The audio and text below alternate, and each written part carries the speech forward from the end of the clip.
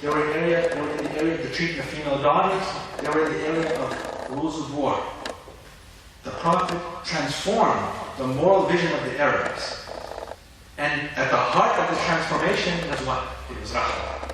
وَمَا أَرْسَلْنَاكَ إِلَّا رَحْمَةً لِلْعَالَمِينَ. And even though these reforms were met with resistance, they also contributed to the success of the Prophet.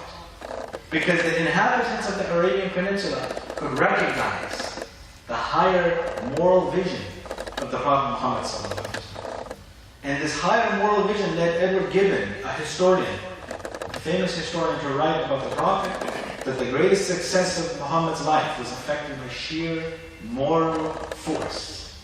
It was not the sword that allowed the Prophet to be as successful as he was, but it was a higher moral vision, at the heart of which was rahmah.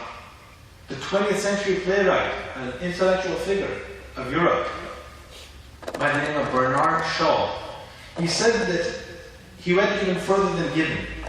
And he said that because of the moral vision of the Prophet, coupled with his political gifts, he said the Prophet, peace be upon him, would make an ideal leader in the modern world. George Bernard Shaw was not a Muslim himself, he was an atheist.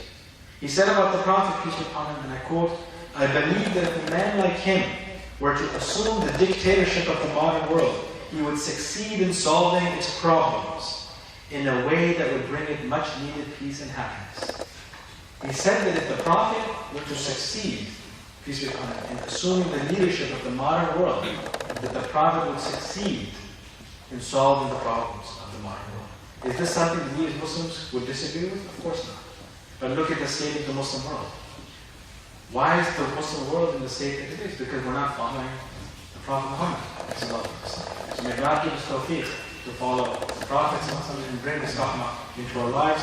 بارك الله لكم في القرآن العظيم ونفعنا وإياكم بالآيات والذكر الحكيم. أستغفر الله لي ولكم ولسائر المسلمين واستغفروه إنه هو الغفور الرحيم.